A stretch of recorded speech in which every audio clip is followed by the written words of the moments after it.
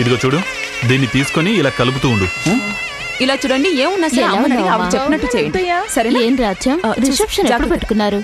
Reception ఇక్కడ కాదు వసంత, బెంగళూరులో పెట్టాం. ఓహో, అది మనో వాళ్ళ ఆఫీస్ లో వాడితో వర్క్ చేసే కొలీగ్స్ అందరూ కలిసి ఒక చిన్న గెట్ టుగెదర్ హోటల్లో కావాలన్నారు, అందుకని అక్కడ అరేంజ్ చేశాం. అలాగా? అదేలాగా పెళ్ళైన రోజు రాత్రి వధువరులు ఇద్దరు ఇక్కడే ఉండాలి కదా, అదేగా ఆచారం. వదిన, మన ఆచారాలన్నీ వాళ్ళతో చెప్పడం కుదరదు. పీపుల్ ఆల్రెడీ రిక్వెస్ట్ చేసినందువల్ల ఫిక్స్ చేసేసాం వదిన. మీరు మీ ఇష్టానికి చేసుకుంటూ పోతే మేము అందరం అడ్జస్ట్ అయ్యి రావాలా? అలాంటిదేం లేదు మామయ్య. ఆయన మనో వాళ్ళ ఎండి నన్ను డైరెక్ట్ గా అడగడంతో నేను కాదనలేకపోయాను. పెద్దవాళ్ళు మీ అందరిని అడగకుండా నేను ఫిక్స్ చేస్తానా? కొబ్బరి తురిమారా లేదా? విడిగా కొంచెం పాలు తీసి పెట్టండి. సాంబార్ ఉడికిన చూడు, అందులో కొంచెం కొత్తిమీర గిలివేయి. ఇదిగో జీడిపప్పు ఆ పొంగల్లో వేసి మూతపెట్టు. అలా బద్ధకంగా ఉండద్దు, తర్వాత కాయగూరల సూప్ కూడా రెడీ చేయాలి. ఊరికి అది చెయ్యి ఇది చెయ్యి అని చెప్పి నన్ను విసిగించుకో. నాకేమైనా 10 చేతులున్నాయా ఏంటి? టెన్షన్ పడకు మహా, ఇతరులు 10 చేతులతో చేసే పనిని నువ్వు 2 చేతులతోనే చేస్తావు. నీలాంటి ఒక్క అసిస్టెంట్ ఉంటే చాలు నాకు. పళనికొచ్చే భక్తుల గుంపు అందరికీ అరగంటలో వండి పెడతాడు ఈ సుబ్రహ్మణ్యం. నేను విషయం చెప్తాను, మనసులో పెట్టుకో. నాకు ఈ లండన్ సంబంధం బొత్తిగా నచ్చలేదంటే మీరు నమ్ముతారా?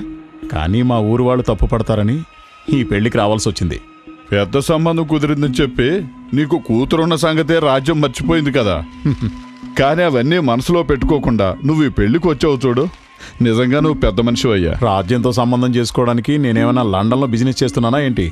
నేను సాధారణ సెంట్రల్ గవర్నమెంట్ స్టాఫ్ని కదా.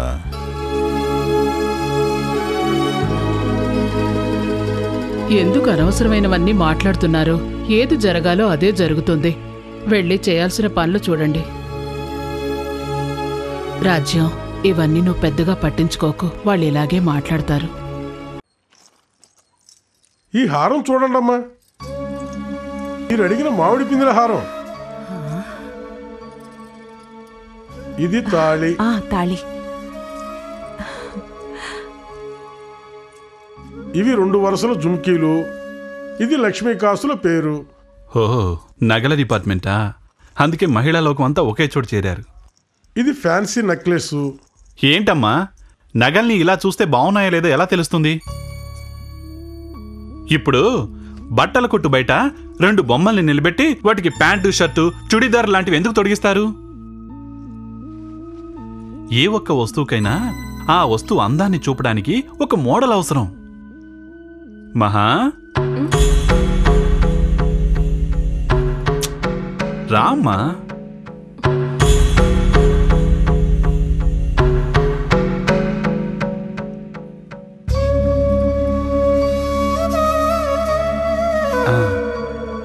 మమ్మ, ఇది కొంచెం ఓసారి ఇవ్వండి.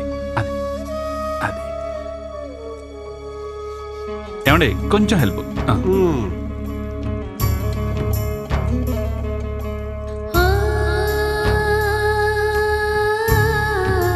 ఇప్పుడు చూడండి,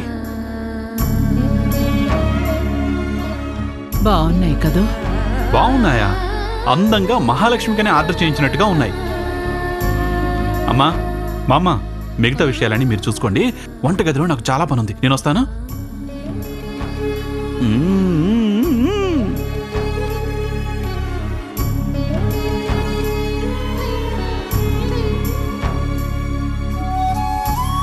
ముందా నగలన్నీ తీసేయండి. మీకెవరికి బుద్ధి జ్ఞానం లేదు? పెళ్లి కూతురికి చేయించిన నగల్ని పని పిల్లకి పెట్టి అందాన్ని చూస్తున్నారే. మేం మహాని పని మనిషి అనుకోలేదు బాబు. మీరు కావాలంటే అలా అనుకోవచ్చు. నువ్వు పిలవగానే వచ్చి నిలబడతావా?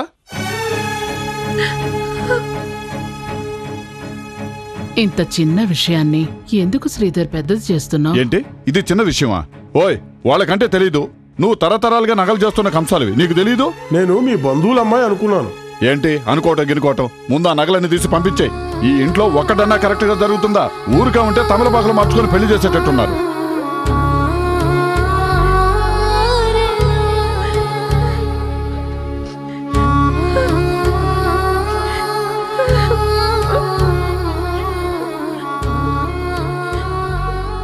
ఇప్పుడు నీకు తృప్తే కదా?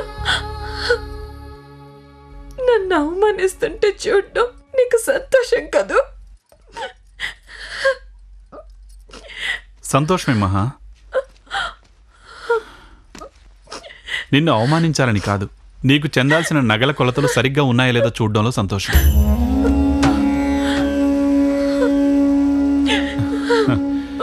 సమస్యలో ఉన్న మంచిని విడదీసి చూడడం తెలిస్తే ఎప్పుడు సంతోషమే మహా. వెళ్ళు, వెళ్ళి పెళ్లి పనులు చూడు. వెళ్ళు.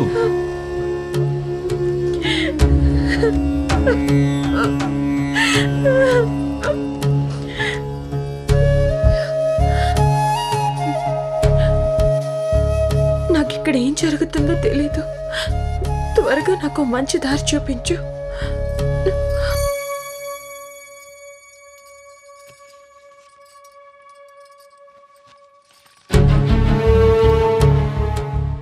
ఇంతవరకు అమ్మ కోసమని ఓర్చుకున్నాను. ఇక అమ్మ ఏడ్చినా పర్వాలేదు, నేను ఇక్కడ ఉండలేను.